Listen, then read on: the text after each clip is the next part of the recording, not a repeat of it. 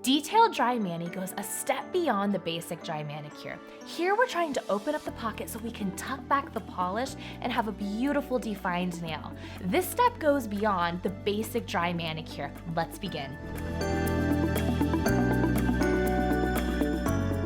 The bits that we're going to use for the detailed dry manicure is the micro taper and the medium grit, and then go to the large flame. Just like before, we're going to make sure that our client's comfort is always a priority. I'm pushing back the cuticle and I'm using this little elbow in my safety pusher to just smoothly trace the proximal nail fold. Now that I've done that, I'm going to run my e-file on 7,000, 8,000 RPMs because of our cuticle type. And I'm going to show you a different option. So now I'm going to be working my e-file in the forward direction. And I'm going to do the same thing. I'm going to keep my bit parallel and I'm going to move down the lateral fold. What you're not going to see me do is do this, because as you can see, that bit does not fold and I do not want to damage the lateral fold. So I'm going to move my client's hand and rotate it gently. And I'm going to use that point and I'm going to clean out that lateral fold, okay? So let's go ahead and begin. So I'm taking this point and I'm exfoliating the dead cuticle off of the nail plate, and I can really get into the sinus area corner. So clients who have more of a deep sieve shape, I can get in there and clean, but I have to be more careful too, because as I'm turning my client's hand, I want to be sure that I'm not tearing the skin with this point. I'm trying to keep all the e-filing on the nail plate where I'm just exfoliating those dead skin cells. I'm gonna have done all 10 fingers, then I'm gonna turn my motor off and put it in the reverse direction. Then I'm gonna come back up here, I'm gonna pull back the skin in which I'm working, and I'm just gently feeling for those dead skin cells and taking that point and pushing it gently into the proximal nail fold. Once again, I am not flossing this area.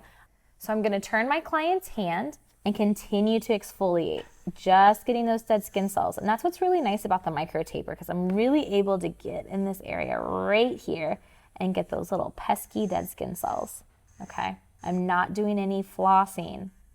Gently pressing, gently, gently pressing. And by gentle, I mean like petting a kitty. When you no longer can see, we never want to blind file. So I'm gonna take some alcohol on my nylon brush, and I'm going to remove those dead skin cells. At this point, I can continue to prep the nail if I wanted to use the micro taper, or I can switch to my sanding band. So for the sake of the video, what I'm going to go ahead and do is I am just going to rough up this surface by using all 3 zones and just working down the nail plate. And I can rock it in both directions because it's diamond. Be sure that you're not applying much pressure. Let the e-file and the tools do the work for you. And then one of my last little favorite things to do while I'm in reverse is just to pull up that skin a little bit, and it just exposes more of those dead skin cells underneath. And I want to grab those with my large flame. So let's go ahead and jump into that. I'll let you guys see one more time what it looks like at this point, just how I'm able to open up and show more of that nail plate. My client already has beautiful nails, but I want to show you how, see how we're starting to get a pocket here and how it's getting floppy? This is what we want to see because we want to tuck our polish back. For this third step of the detailed dry mani, we're going to use a new shape called the flame. This is Erica's large flame and the Russian flame. The difference is the size. Both tools are fine, indicated by the red paint line. These bits will be used to sweep out the dead skin cells between the nail plate and the eponychium. I want to use a fine grit as I need to be very gentle to ensure I don't hurt the client or the nail matrix. The large flame is great for beginners as the smaller Russian flame is more pointy. Again, this is a personal preference, and for this demo, I will be using the large flame. This is a completely different shape. I've been telling you guys to keep the bit parallel, but now I have to be conscientious of what parallel looks like. If I tell you to have this bit parallel, the widest part is touching and scratching the nail plate. That's not what I want. I want to clean underneath the proximal nail fold. So what I need to do is I need to angle myself at about 45 degrees, and I need to angle just this tip right here. Just like that. See how I'm angled a little different, but when I'm actually filing, I'm still using the parallel position of the tip. When you're filing, do not lead with the point, because if our client makes some sudden motion, we don't want to accidentally pierce their cuticle.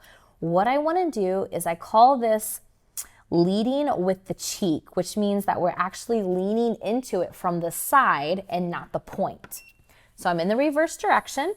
So if I'm in reverse, I want to make sure at this point I am running it underneath the proximal nail fold on the right side, and I'm feeling for resistance. So like right there, I can feel resistance. So I'm keeping my bit parallel and I'm sweeping, a sweeping motion. There's no dragging. I'm letting the bit do all the work. How's this feel?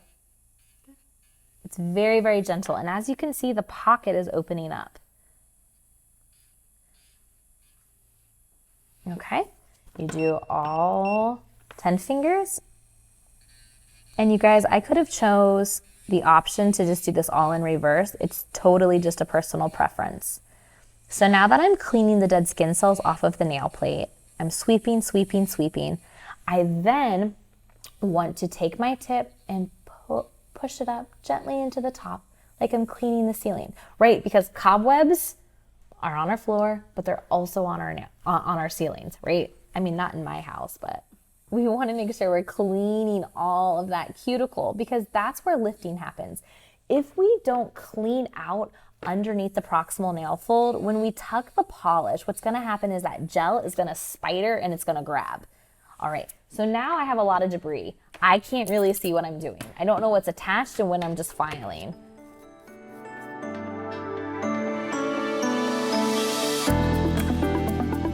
Let's recap the bits that I just used, and be sure to check out the advanced dry manicuring video where I will show you additional steps on how you can clean out the cuticle.